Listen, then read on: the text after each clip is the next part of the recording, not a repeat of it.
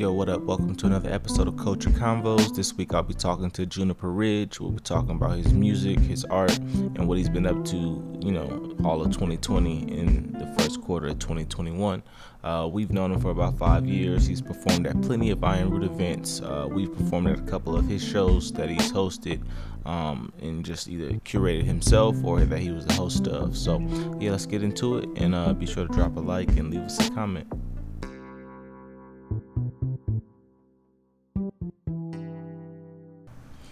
All right, so we rolling, man. We're gonna get this started. If you can, Sounds man, good. for the folks that don't know, man, just tell us about your journey to music. Like, when did you get introduced to music, and then when did you start playing music, or getting interested in playing music? So my mom was a music teacher growing up for like public schools. And so like there was always kind of like music around the house through that. And then I did, in like fifth grade, started doing like the school band. And so I was playing trombone in fifth grade through like all the way up through high school and everything. And then just did like all of the school based stuff essentially. Yeah. And then like junior year of high school is when I started learning guitar because I wanted to like be able to write music was really like the thing that drew me to guitar. And it's really difficult to write music through trombone or tuba where you're playing like one note at a time. Gotcha. You can't get like full chords going and stuff. So I started playing guitar like junior year of high school and then liked that a lot more because of the places I could take it and the things I could do with it. Okay. And then I've just been playing guitar since then. And then did doing the audio program at MCC, which is where we met, was like a big part of me like making music. Okay. Because it made it possible for me to just like figure it out and do it on my own.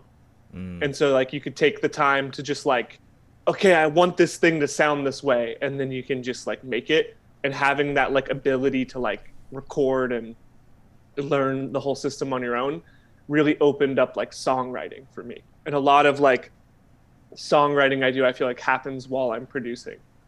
Okay, got you. So when you first started like playing on guitar, was it mostly like acoustic or electric? It was all acoustic. My dad had like an acoustic guitar that was sitting in the corner for years. Yeah. And I had a friend teach me like the simplest chord. There was like I had a homie that just like also didn't know how to play guitar very well, but had been playing it for like a little bit longer than I had. And they were like, yo, you got to check out, play the C like this and stuff. Right. And then so it was all just like learning acoustic covers and writing like really bad singer-songwriter songs for a while. And then eventually I got an electric guitar and started to get more into like different styles. Okay. But a lot of like the early guitar stuff was really like trying to learn Jason Mraz songs and stuff like that and playing like really, really acoustic singer-songwritery things. Yeah. Was kind of where like all of that started. Okay. Yeah, that's what I was going to ask. I was going to say, do you remember the first song that you learned to play, like the one that you would go around showing people like? I remember, there's a couple. I remember the first song I played that I was like, yo, I thought this was so hard. And like I learned it was Good Riddance by Green Day. Okay. Or like it's like Time of Your Life, which just has like a little picking pattern thing. Yeah. And I remember thinking like, oh, how does he get his fingers to move that fast? Which is not even that fast of a song at the time. Yeah. So I remember being like super stoked when I learned that one. And then I Love Rock and Roll by Joan Jett. Yeah. It was like one of the really early songs because that's just like power chords on the lower strings and you can just like dun, dun, dun. Right. Hell yeah. No, so I feel like those are like two of the earliest ones that were just like trying to learn like 3-chord songs and stuff like that. Exactly. Okay. And then you were talking about MCC, of course. That's where we met and linked up. Talk a little bit about that. Like, what drove you to wanting to pursue more of like the audio space? Was it because like you were interested in like looking to create, so you were like trying to figure out how that world of recording like worked out? I really felt like it kind of was because I wanted to do music, but I didn't really feel like, I didn't want to do music for like trombone and that kind of stuff. And I hadn't really been playing guitar long enough where I felt like I was good enough to like I couldn't have gone to like ASU and studied guitar or something. Like I don't think I was like there yet to be able to get like accepted to a program. And so I saw that they had that like audio production program, and that just seemed like a way that I could like create and participate in music that might not necessarily be like studying playing an instrument. And then through that, like kind of luckily, because I don't really think I knew fully what I was like getting into. I think I just thought it sounded cool. Gotcha. But I think being able to like record my own music and stuff really like just encouraged me so much to like work and improve and like create stuff. Yeah. Because you could like hear yourself improving and you could like fix it. And you know, if when I was an early musician, I had to like pay for studio time to make demos and stuff like that. Right. I don't know if I would have taken it as far, because you would have spent a couple $100 to be like, this didn't even turn out good. Right. And then I feel like I might have gotten a little more frustrated along the way, because you don't have the access to like watch yourself improve and record and stuff. And I feel like a lot of my growth as like a musician, both like just like as a player, came through like recording and stuff. Because when you record yourself, you really hear it, yeah, like all the flaws and things. You know, you think you're playing something really well, and then you record and you listen back to it and you're like, oh crap, like that's not good. And I think I improved a lot through just like recording myself and listening back and then doing that over and over again. Got you. So before the program, had you like been working in a DAW, or had you been recording yourself at all at any stage? I had like a high school band, and so we had recorded a little EP with a guy who worked out of his garage. Okay. And so that was kind of like a thing that got me excited about recording, and I think probably led me to wanting to do that. Yeah. But I wasn't doing any of like the DAW work or the audio work or anything. I was just there being like, I'm in my high school band. We're going to record an EP. It's going to be awesome. Right. No, I feel that. But I think doing that made me realize that that's like a thing you can do.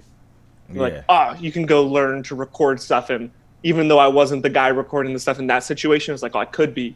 And that seemed like I really enjoyed like the process of that and stuff. Right. Okay. No, that makes sense. It definitely appeared to me like you were like, I don't know, like my first glance was like, it seemed like you knew a little bit about it, you know, and that you were either like you were passionate about like gaining that information and knowledge. So I think that, like, for me at least, I don't remember like the conversation of how we like actually connected, but I can tell that's probably why I often went back to you, you know, because like even when we got later on in the program and you know we had to pair up and like do projects and shit, like you're always pretty much my go-to guy, you know what I'm saying, in terms of like doing shit.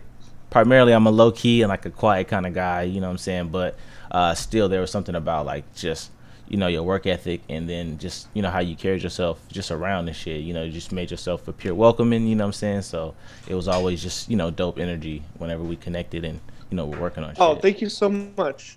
And I mean, right back at you, man. Like I felt like always talking to you, and I feel like there was a group of like however many people in that MCC program where I feel like we were all kind of like trying to push each other to be better. Or like kind of like friendly competition where we're like working on projects, and it's like, oh man, my stuff doesn't sound as good as Dom's stuff does. Like I gotta like go home. I gotta like make it better and stuff. And like Javier too. I don't know how many classes you had with him, but me and him were always quite like, I gotta make it, like I gotta be as good as that guy and stuff. And I think that whole culture through like the people that kind of found each other was really good for us. Like I think we all just were really excited about it and just wanted to like be pushing and like working together and stuff. And I was honestly just really thrilled to be like in the program, because I had gone through ASU's English program and I was studying philosophy, and I was just like sitting around a year after I graduated like, fuck man, I still feel like there's, you know, education, something out there I didn't really pursue. And then I had ran into like the CRAS program and shit, you know, I took the tour, got ready to sign up and shit, and then some dude at my job, literally he was an Ableton guy, and he was like, bro, like, I'm not trying to tell you not to do it, but like you should go pull up on MCC and like see what they're looking at, like what they're talking about. And I had no idea that they even had like the audio thing. So I like swung by, bro, took a meeting. I think Keith and some other guy like showed me around, and it was a wrap after that. I like hit up CRAS and like canceled all my shit because I just felt like I was able to be hands on. And then like even the teachers from like Mike on to Scott on to just pretty much everybody, they had their own way of doing shit, but I just felt like I had access, like not necessarily to like the equipment all the time, but to like information or to the real. I didn't feel like I was gonna be like rushed through it. You know what I'm saying? I could ask questions and like kind of really be hands on with like the process. So I was in their eyes open because it was like I kind of blew through my first 4 years of college in terms of like trying to balance fun, like be serious and all of that shit. So when I got there, I was like, looking to like actually get better, and just being around everybody and seeing how like they approach stuff. And because I had been making music for a long time, at least like just messing around. So it's just like I was finally able to like put together some of the shit that I was like self-taught about, you know what I'm saying, and like actually make it make sense. And I had never really had that experience because like in school and shit, you always feel like you just like learning something, and it's new to you. But this was like familiar, but like I didn't quite understand like why I would use the EQ or like why I was doing some of the things. I would just be on there just moving stuff left and right and just hoping for stuff. And I was like, damn, this makes sense as to why all my shit in the past sounded trash, because I was thinking I needed to high pass filter everything or like just do this one weird trick to all the other stuff. So what was now that I'm done rambling, what was like one big takeaway that you had though, just from like your experience in either the program or just like stepping into that world? Like what was the biggest thing that you took out of it that you use today? I think there's like a couple different ones. One just about like real quick about like talking about like community college versus CRAS and stuff like that. I think the thing about community college, and I can't speak for like ASU or anything because I never did anything through there. It's really like you get what you give. And what's really interesting about like community college specifically is kind of like there's all sorts of people that care varying degrees. And you have people in your classes that are there and they don't care at all. And you have people in your classes that are there and they like care a bunch. And so I think just like you really like get what you give. And like if you went into that program just trying to learn, then there was like so much you could learn. And if you went in there and were just like, I don't know, I don't care, I thought music, it seemed like it was cool, then you're like not going to gain a lot. I think the biggest takeaways were for me like really like that you can make high quality stuff in a pretty DIY fashion if you know what you're doing. And so I think like the biggest takeaway for me was just like that energy of like always trying to improve and always trying to like push yourself to be better and better and better. Because I remember thinking when I was doing projects like, oh, this is the best sounding thing I've ever made. And then now I look back at the stuff I did back there and I'm like, oh my gosh, this sounds awful. And like, I think right now sounds way better. And then I'm hopefully in a couple of years, I'll look back the same way right now and be like, oh, that sounds awful. It sounds way better now. But I think like that idea of like, you can do it on your own and you still want to work with people and you need that community, but also you don't need someone to be like, okay, now it's time. You can make the thing like a gatekeeper, if you will, kind of keeping you from really just trying or like going for it.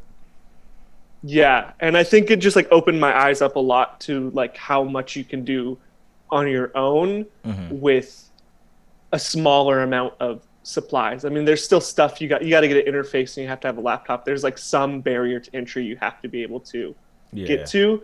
But after that, like you can just build from there and make really like cool, fulfilling music through like a lesser setup than you would need 10, 20 years ago. I don't know if that's a takeaway. I don't know if that answers the question, but I mean, honestly, that's like what comes to mind the most. Because it impacted like your perspective.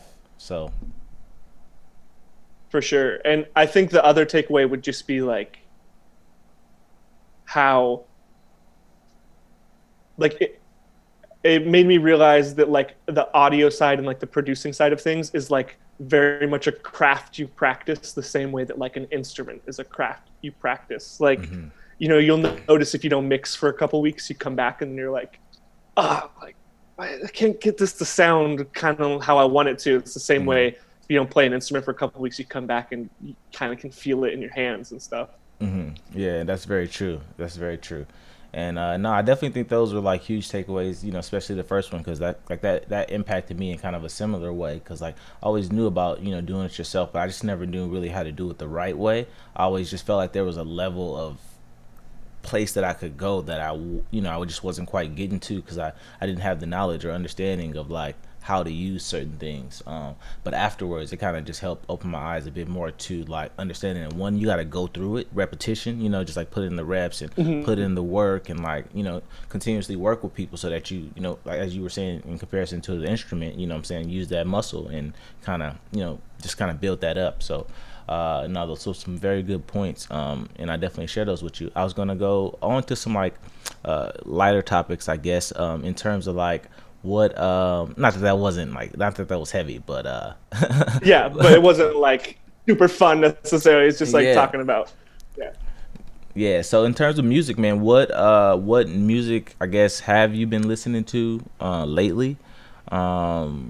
Just throw some names out there and anyone that you just find yourself putting on repeat, and it could be local, it could be popular music, whatever you just been jamming to, and then I'll be cutting stuff up and putting images on screen so that the folks can check it out, dropping links so that if it's local specifically, I definitely be dropping links so people can check out those folks. Cool. Let me pull my phone a little bit. I'm gonna search through my Spotify, but a really cool one that just came out, Summer Knit is a local artist. And he does like indie kind of stuff. And he just put out an album 2 days ago called Tame. Tame, okay. And it's like phenomenal. It's so good. There's a band called the Tune Yards. They're not a local band, but I really like them. They just put out a new album the other day that I've been listening to a bunch. Okay. Let's see what else I got. There's a guy named Sam Gendel who's like a sax player from, I'm not sure where he's from, but listen to that. Pablo Lovetrain, previously known as Pelvic Trust, who like we have a EP together. Okay. Just put out a song that's like so much fun. I mixed that song and I recorded that song, but he did all the writing and him and some other guys played on it. And it's a really good, just like indie, straight ahead like rock song. Got you. Okay. I think those are a bunch that come to my mind off the top. Oh, one more. There's this Japanese band called Atarashi Gakko. It's like a jazz trio, or not. I don't know, man. It's like math rock mixed with pop.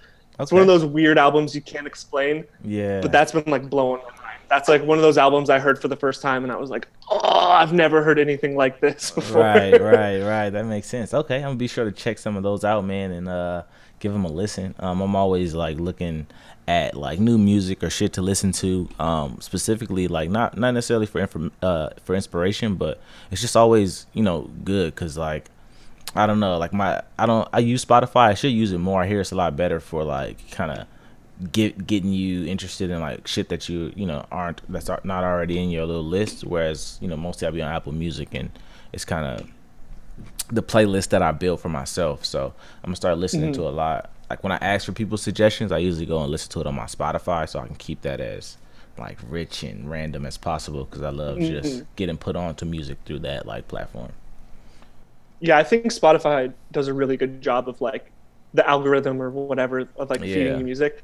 Sometimes it'll show me stuff that I'm like really into, and then I look at like the popularity of it and it's like not super popular. And I'm like, man, how did it know to like find this obscure thing and then be like, oh, you're definitely gonna like this. Right, exactly. Yeah, so that's kind of why I like it and kind of why I subscribe to it. What about shows, man? Are you watching anything that's keeping you like either on like a binge streak or just some shit that you find yourself constantly checking in on via, I don't know, regular television, Netflix, Hulu, Disney, whatever you're watching? I haven't been watching a ton of TV lately, but at the top of quarantine, I bought a PlayStation, and then that just like replaced TV for me, to be honest. Right, so I had never had one before that, and I'd never been much of like a video game guy. And then I was like, okay, I got like enough time to kill. I'm gonna buy one. Right. So then I've just been like playing all sorts of video games, pretty much, and as opposed, it's kind of filled the gap of like what a lot of watching Yeah. TV was for me. Okay. What you been playing? I just played Last of Us and Last of Us 2. Last of That Us. one Okay. I really, really enjoyed it. That was probably like my favorite game I've played. And then, I mean, when I first got it, I was playing a bunch of GTA because Oh, right. I mean, you that's can't like the go wrong with that. quintessential PlayStation game, I think. So that's Pretty probably the one I much. played the most. Okay, yeah. Yeah. No, every time they, especially around the holidays, whenever they're releasing like giving away money or you got to log in to get some free cash, even if I haven't played in like 6 months, dude, I'll log in and get the free cash and then go back to my business. It's like, I get Yeah, I the mean that other. game is just like so much fun, and it's just so absurd and like over the top, and it's For the sure. best. Yeah, I could definitely kill time because you can just do so much random stuff on there. Like even if you're not doing missions, you could just make something on your own and just go do it for an hour, and then you're like, damn, where'd the time go? Yeah, you'll spend 3 hours on there, but like, I didn't even do anything. I just like drove around, turned the radio on, and Right. like, They got yeah. stations. You just like robbing people, getting stars, and seeing how long you can go before they catch you. It's just all kind of randomness. Um. Okay. Well, yeah, man. We're getting close to the end here. I do want to ask, just in terms of like stuff that you are working on that you're able to share. You know, anything? Because I know. Well, no. Before I get to that part, there was a period of time. I don't know if the page is still up, but like you have the Gare Bear art page. On the art level, man. Are you still into art? What's been going on with like your visuals and stuff like that?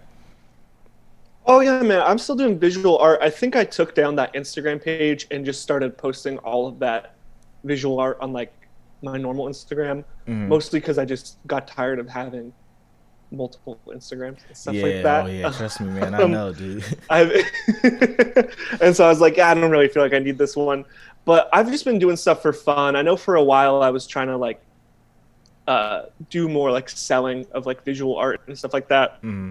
And lately I've mostly just been doing it for personal enjoyment. Hmm. I think like um, when you're doing music and you're trying to like really like push it and make it happen, and like audio and push it and make it happen, and then take art and like push it and make it happen, you can only like professionalize or monetize like so many of your hobbies before you just like have nothing that you enjoy doing anymore. Hmm. So like visual art is really something I just do because I enjoy doing it Hmm. and for fun. Yeah. And so I haven't really been doing too much of like trying to push it and really having it be like a thing I do just because I want to do it. Because that's what it's always been. I did visual art from like just as like a kid. I was always like drawn and stuff like that. And so Yeah. I think it's always been like a very like pure thing or like safe thing for me, and just like not worrying so much about like is this the best it could be or whatever, and just doing stuff because I enjoy it and stuff like that. So I've been doing visual art, and I post on my Instagram whenever I do some stuff. Hmm. So you can check that out like at Gare Bear Gare. Hmm. And I just do that for fun. I've been doing a lot of like painting and stuff lately, and doing more abstract stuff is kind of where I like to have fun. Okay. Yeah, no, that's dope. And that's a big lesson that I also had to learn for myself just in business. You know, it was like when I started I Am Root, we just recently celebrated our 10 years in business. But like when I, Congratulations. thank you, man. Appreciate that. But I remember when I first started, just because I was so hungry, like I thought that everything that every skill that I had was something that I needed to like make available via the business. You know, it's like if I could take pictures, like, Mm. well, then we got a photography service, you know, whereas I had to understand too, like, you know, part of some of these things are just like hobbies and things that I just genuinely enjoy doing, you know. And as I started to like, you know, pick up in bookings for certain tasks that I, you know, viewed as just skill sets, you know, and then it's taken away from the music production stuff, the audio stuff, the stuff that I'm actually passionate about. If I find myself getting booked to make flyers, you know, and I'm like, damn, bro, like I could do this stuff, but it's not like what I want to do, you know. And that was a big lesson that I had to learn over time is to, you know, just also, you know, in delegating, you know, just hiring people to do certain tasks. It was just also just not doing those things, even though I, you know, I may like to do them or I love learning new skill sets. I don't have to turn every new skill set I learn into something that I'm trying to market or like profit from, you know, because it gets really stressful. One, if the bookings aren't there, you know, like, damn, man, I'm like, you know, I find myself just chasing tasks and stuff, you know, and it's just Mhm. like completely overwhelming. So that was a big one, just in general. So that was good And if that you. you if you have those skills, like you can still apply them and use them. Like Yeah. for Juniper Ridge stuff, we just put some stickers out and I like drew and designed the stickers. And Yeah. so you can still like take that skill and use it for those types of things, but it's Right. just not like, every time I sit down to paint, I don't want to be like, okay, what's Yeah. the thing I want to make that's gonna like do this or that or whatever? Because then you just kind of ruin it that way. And like, Yeah. I think you need some things that you're doing just for fun, or even with the music, like sitting down and sometimes making a song or whatever that you have like no intention of releasing is really Yeah. good, because it's easy to be really like, okay, this thing is going to go on this album and this is going to go here. And then sometimes you just need to like make a song, Yeah. save it to the hard drive, and then move on. Move on. Yeah, for sure. For sure. And I got plenty of those. I do want to ask, man, where did the name Juniper Ridge come from? Was that like your old block, your old stomping grounds? So kind of, it's a place up in Sholo, Arizona, Okay. which my grandparents have like had a cabin in the woods up there, like Okay. growing up. Nice. Yeah. And so my family would go there in like summers and stuff. Okay. And it was just always like a really nice place that's in like a super rural town out in the middle of nowhere. Yeah. And so like we'd go up there for a week or two in summer. And it was just always a place that was like, as a kid, like you go up there and there's just like in the trees, not worried about anything, like hanging out. Yeah. And so I always remember just like turning on to that like street or whatever. And that has like really good memories. Okay. And then I was just like, I really like I just felt like it had a good sound to it and stuff too. Yeah. And I felt like it kind of fit.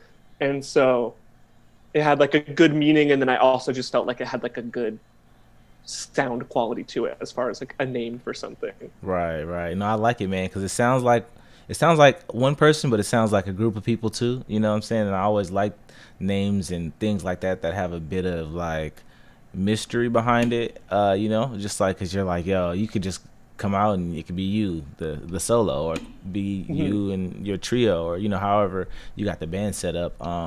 And just And like that was, sorry. Okay. No, you good. Go ahead. No, keep going. Nah, man. That was yeah. Go ahead. really intentional. That like sounds like it could be a person or a group. Yeah. Because the way that like I do the project, it's all like songs I've written, and they're like my songs, if you will. Yeah. But I work with like a bunch of other musicians and great people that it's like without them, the songs would be nothing. Like Right. just because I wrote the song doesn't mean. And so I think it's like a really nice blend of like, oh, this project is like a thing. It's like my creative project, but also it's a bigger thing. And I work with all these other amazing musicians that really bring the song I write to life. And so it is like a band, but it also is sometimes like acoustic songs and stuff like that. And I can kind of function in both modes, Okay. where I can play an acoustic set, Yeah. or I can show up with like a 5-piece band and we can like play a big show. Nice. And so I wanted to do that because I wanted to do it in a way where it's just like, this is the project, and it's about like the project and all of the people that make it happen, and not just like, these are the Garrett Bauer songs, you know? Right. I know that you maybe, I think you were in a group prior to, right? Because you had a project out like Planes. Oh yeah, I played. That was my high school band. So I played in a that was band the one? called Bears and Airplanes in high school, and Okay. you can look it up if you want. It's fun. It's music made by some Yeah. high school kids, so I can't promise it's like the best music you'll ever hear in your life. Got But you.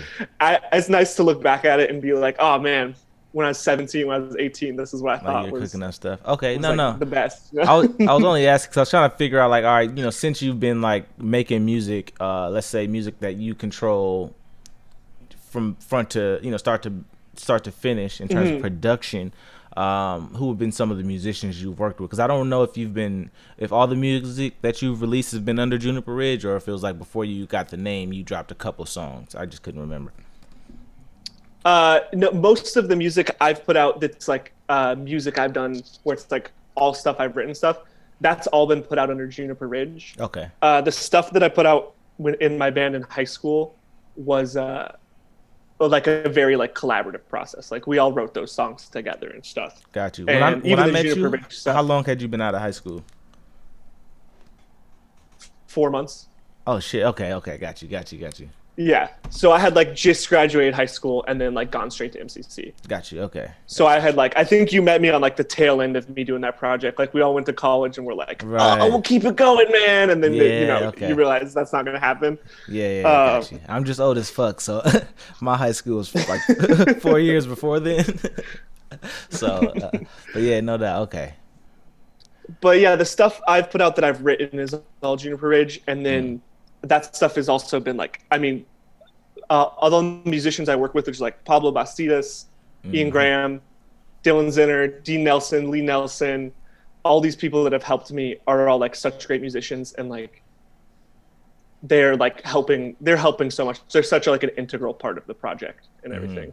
And Yeah. all of those people also have amazing projects of their own where they get to call all the shots and I'll show up and just play some guitar sometimes and stuff like that. Right, right. And that's pretty dope to have that kind of community, you know what I'm saying, that you're a part of where you guys collaborate and express in that way. Because I'd imagine, man, it's tough, to find just musicians in general that'll, one, want to share in your process, that, or two, that'll be open to exchange. I'm sure that, you can't just get anybody to play your song, and some people may want a fee, or maybe a little difficult. They may want to posit some kind of information to it, like, oh man, this chord should be this instead of that, and Mm-hmm. whereas sometimes you may just need what you need, for the project. I guess talk a little bit about that experience. Have you got your crew, you got your squad, what I'm saying, that you always go to, but have you had any either experiences just out there trying to like find somebody to play for you, and any difficulties with that, or? Um, so you were talking about like people wanting to put input. I'm actually really love when people show up and they're like, no, you should do this. I Mm, have a song that's going to be coming out later this year for like when I have a full album coming out later this year. And there's this song on it called Pink Wine. mm, And Ian, who puts out music under Topanga Breakfast, if you want to check it out, I okay. wanted him to like play some piano on this. Mm-hmm. And I had the song like mostly set up besides like piano. And I was like, oh, I'll play these chords. And he showed up and he was like, nah, man, you should play these chords. And he wrote like a whole new chord progression Yeah. underneath the song I had already had. Yeah. And it just sounded like awesome. And he just Oh, showed up nice. and Yeah. like totally changed it in like the best way. And Mm. that's the stuff where it's like, you start with something and then you bring someone else in and they have this Okay. idea that you never would have thought of. And then they'll like change it. Mm-hmm. And that album that's going to be coming out was kind of like making that was all like the process of kind of finding a lot of the people I work with now. Like Okay. a lot of different people like played on that project. There's like a couple different bass players and a couple different horn players, and every song Right. is kind of different. Mm-hmm. And just like meeting a bunch of people and playing with a bunch of people and finding the people you like really vibe with and really work well with. Okay. Yeah. No, that's a dope story. Because I know that there are instances where it works out really well. I know that some of the vocalists that I use, they always like, one vocalist in particular, like she'll book the session, but then she'll always bring somebody with her that helps with the harmony. So she'll sing her lead vocals, and then Oh, they'll cool. go by one, and then they're just like, back and forth about just how to either harmonize with it, or where to ad lib, or where not to. And I feel like those sessions are always fun, in a sense of like you get kind of the most out of it, where that person, now that they just spent all that energy trying to get the leads, what I'm saying, they don't got to focus too much on the backgrounds, just the execution of it, since they have that like assistance there. Because I feel like when you're working on something, even me with the beats, like I spend so much time making a beat, and then it's time to like write something to it. Immediately I go to the melody that I had in my head as I was making the beat, and it's just like sometimes you just need like that fresh perspective, what I'm saying, to come in and throw something in. It might be that little missing key, that little missing element that you Hmm. you kind of overlooked because you just heard that the same beat over 1,000 times in the last Yeah. 2 weeks, or whatever the case is. So some good And stuff I there. think those fresh ears are important because sometimes if you're making something, you might have a melody or whatever in your head at the beginning of the song, and then you make all these changes and all this stuff, and that original melody or that original idea doesn't really sound as good, Right. but you already kind of have it in your head. And because you were there for the whole process, you still think that like that is the move. And Yeah. then someone else might come in who wasn't there for the whole process and Yeah. be like, no, that doesn't sound right, because Right. they don't know it sounded right 10 days ago when the bass was different and the drums were different and all this Right. stuff. And then they might be like, no, just do this, and then hit you with that first like perfect little line or something. Nah, that's very true. That's very true. That's very true for sure. Like I don't do it so much now today, but there was a time though I used to always just send my beats out to people. You know, like, yo, tell me what you think. I just made it, like fresh off the bounce. You know, I just email it to Mm-hmm. somebody because, I used to be just cooped up in my dorm room, just like making beats, and I used to do these little online beat battles because like that was important to me. I needed to hear back like what do you think, like immediately. You know what I'm saying? Yeah. Now we have it a little differently, where it's a little easier to release music and you can kind of SoundCloud it, or drop it on the story real quick on Instagram or Twitter or whatever the case is, and kind of get vibes back. But yeah, no, Test the water a little bit. right, If you yeah. post a little clip and people respond really well, you're like, okay. And if you post it and it's just kind of like no one says anything, you're like, okay, I Yeah, kind of know what exactly. that means. It speaks volumes as well, even silence. So for sure. All right, man. I do want to ask, as we wrap up here, is there like, what kind of advice, I guess, would you give to somebody just kind of looking to, become a creative, singer, songwriter, musician? Let's say they have a little, for example, let's say they do have a little bit of experience. They know how to play a bit, they know how to write a little bit of songs, maybe not too much like stage, performing experience. And they're just trying to navigate the space, dealing with like negative feedback and just kind of trying to find their voice. If there's any kind of words of encouragement or advice you would give to somebody like that. I think it's funny to give advice because I always feel like I'm like, oh, I still need advice. Like I'm still trying to figure Very stuff true. out. Very true. Um, but there's always, I feel like no matter where you are in life, there's always people Trying that to could give get, you yeah. advice, and always people you could get. I would say for live performance specifically, open mic a bunch. I mean, like obviously there's no open mics going on right now, but I like the biggest thing I struggled with was like singing. Like my Mm-hmm. voice was like not good for a long time, and it was Mm-hmm. just like really rough. And open mics are just like if you need a way to perform, Mm-hmm. anyone can show up and perform. And so it's a great way, like you just have to do it a bunch and get that stage time. Mm-hmm. And that's another way to like meet a bunch of people too. There's a bunch of really cool people I met open micing, Mm-hmm. and it's a way to get good immediate feedback on your music because you Yeah. show up and you play a song, and you can kind of tell when you're playing it if people are kind of not paying attention and they're drinking Mm-hmm. their beer and they're zoning out, or you can tell sometimes you play a song and people kind of perk up and tune in. Right. And Yeah. so I think like open mics are a really powerful tool. They're not always like the most fun. Like Right. the grind of open micing can really burn you out because you're just like hanging out at a bar for 4 hours to play for 10 minutes and then you Yeah. go home and stuff like that. Right. But there's a lot to be gained from it. And then from like the other side of songwriting and stuff, I mean, for me personally, I just think like make the music you want to listen to. Mm. I'm always trying to like make a song that I wish existed, Yeah. that is like, oh, if I was listening to someone else's album and this song came on, I Mm. would be super into it. And Right. Right. obviously, you don't always hit it 100%, but I think if you create music with that goal in mind, Right. you'll just stay a lot more true to like who you are, Mm. and the making the music that you want to be making, as opposed to making the music you think somebody wants to hear. Here. Yeah. Because I think if you hit that point where you're like, okay, I'm going to make this thing because people like that, you get so far removed from yourself that it just becomes like, I don't know, trying to like catch something, you know? Yeah.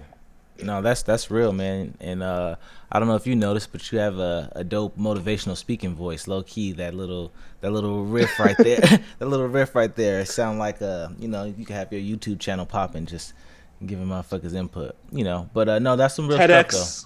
Check right? out my inspirational TikTok. You can sign up for my course. It's $100 for 10 weeks. You feel me?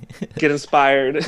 Right. No, exactly. But no, you brought some, good points to the thing. Like the open mic grind is difficult, but I mean, there's chances to network, kind of see what's out there, how other people are doing things, what kind of gear they're bringing. You just kind of learn a bit about the process. I know for the I Am Root brand and how we look at it in terms of helping artists is that it's really a space for them to kind of see like where they are, and how to take themselves seriously. Some people came as just poets or just, I write a little bit in this notebook and I want to read it for y'all, and now they're like, got books, or now they have a brand that they're trying to build behind themselves based on the art because they spent a little time hitting open mics and seeing what's out there, and they got 5 people at each show to come up to them and tell them that they're dope, and now it's like 10 people at each show after they go up tell them that they're dope, and now they're looking at kind of that thing that they just did to express themselves as something, as a vehicle to kind of move their life forward or in a new direction. So it's definitely something to be learned there.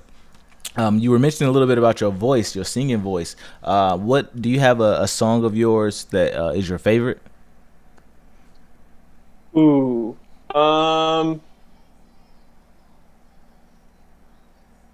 Let's see. I don't know if I have one that's my favorite. I think it depends on the day. My favorite specifically singing.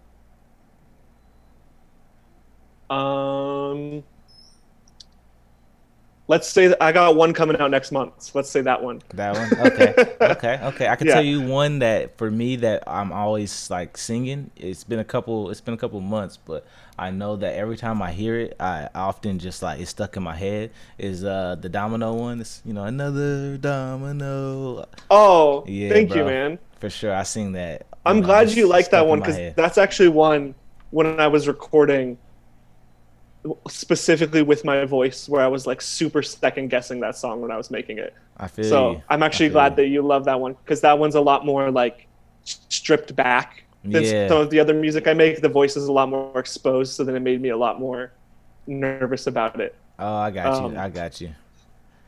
Well, some things, man, But it's so just tough to I'm glad deny. you like it. Oh yeah, for sure. What was that? No, I said some things are just tough to deny. It's like I'm sure you feel how you feel about it, but for me, it's like hearing the rawness, of it, the vocal, of course, just like kind of knowing you personally, what I'm saying. I'm like, damn. Then hearing him, like, this is the guy that did the poem about, I spilled my coffee in the driveway, and I remember that Yeah. poem, what I'm saying. And I'm like, this is the same guy who's now giving us a different side of him, what I'm saying. So I'm appreciative of the process, but like the words, the writing and the melody, it was something that was just catchy. Like I could just picture myself out on vacation, or if I'm out just anywhere, like, even I don't have to picture myself. It was just popping up. I'll be at work, what I'm saying. And I'm just like, I knocked something over, another diamond. It's just like, it was just there, bro. It was just one of those things that stuck with me. And, the fact that you made it, that was even doper because, you the homie. So that was cool. Thank you so much, man. Hell That's yeah. probably like one of the more personal songs I've written too, Yeah. as far as lyrics go. Mhm. It's like there's like a couple that are like more personal, a couple that are more like songwriting. So I'm glad that you liked that one because that one was like a song where I was like, okay, I'm gonna try and like talk about some things that like I actually feel. For sure.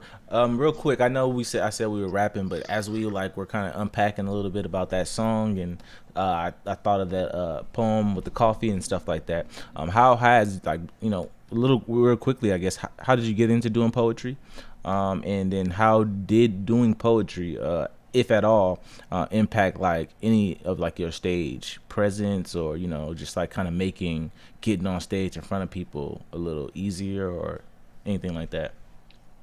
I think, I haven't really been doing too much poetry lately. And when I think about the poetry stuff I did, it was kind of like just me trying something that I was like interested in and passionate about because I liked writing and stuff. And the time I was doing a lot more poetry was kind of when I was like working on trying to like improve singing a lot. And so I think it kind of came from like a lyrical space where I didn't necessarily have to sing because I was still like building up confidence and stuff. And so I think like it's just good to try things. I was like interested in trying it, and I was doing it for maybe a year or so where I was trying to do poetry. And I think I learned a lot about like stage presence, especially because when you're doing poetry, it's like you're just on stage, just you. Yeah. And when you have a guitar, you can really hide behind your guitar. Like as far as you're like, okay, I have this thing to hit that is in front of me and blocks me from the audience. Yeah. And so you kind of feel like safe behind your guitar. Yeah. But when you're doing poetry, you're really like bare for the audience to see. Mm-hmm. And so a lot of it was like, it was really good with like just being comfortable on stage, kind of like you just got to like do it enough to be comfortable. Mm-hmm. Because I know there are definitely times like when you go on stage for poetry, I was the worst about like kind of rambling on or trying to make like awkward jokes before I do my poem because you're kind of nervous or whatever. Yeah. And just learning that like you don't have to do that. Like you can if you want to, but you don't need to do this little thing to like hype yourself up to get started to do the poem. You can just show up and do it. Right. I think a lot of like doing poetry, I was trying to find like my voice as a writer a lot. And I think it was like a good way to write different things, because sometimes when I write music, it's really easy to like, I have this instrumental, now let's just find some things that sound good. But when you're writing poems, you really got to be conscious of what you're saying. And then now when I write songs, it's kind of trying to blend the two of like what sounds good, but then also what are the things you're trying to say, and find those like happy mediums. Oh, nice. That's very dope. Well, man, thank you very much, man, for one, all of the support that you've given to the I Am Root brand over the years, and two, for, man, taking this interview. It was dope to learn a little bit more about your story, you know, and plus we haven't chopped it up since I did the interview with you. For sure. Yeah. So, you know, it's been dope catching up with you, man. Thank you so much. Do you mind if I promote some stuff really quick? Oh, yeah, man, run through it. Yeah, for sure. I'm gonna look up my calendar. On Friday, April 2nd, I'm putting a cover of the song All My Friends by Matt DeCaro up. It'll be on YouTube and Instagram. Okay. And then on April 16th, I have a single coming out called Colonize the Moon. And it's going to be off of the upcoming Juniper Ridge album.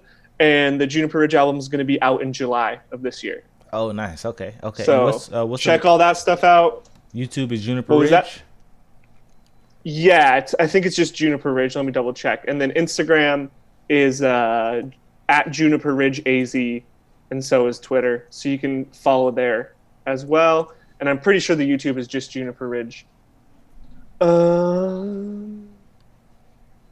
Yeah, just Juniper Ridge. For sure. Well, so check all that. Make sure we got the links in the description of the video, but we'll also have them popping up on screen so that people can visually see them. Awesome. Thank you so much. I'm so excited once we can for more I Am Ruko events and to play at them and just be there and attend and stuff, because I really like the stuff you guys do.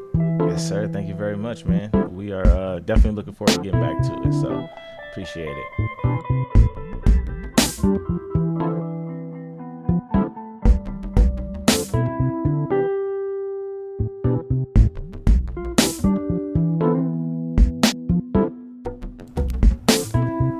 Thanks for watching our YouTube video. Be sure to drop a like, leave us a comment, and subscribe for more content from I Am Root.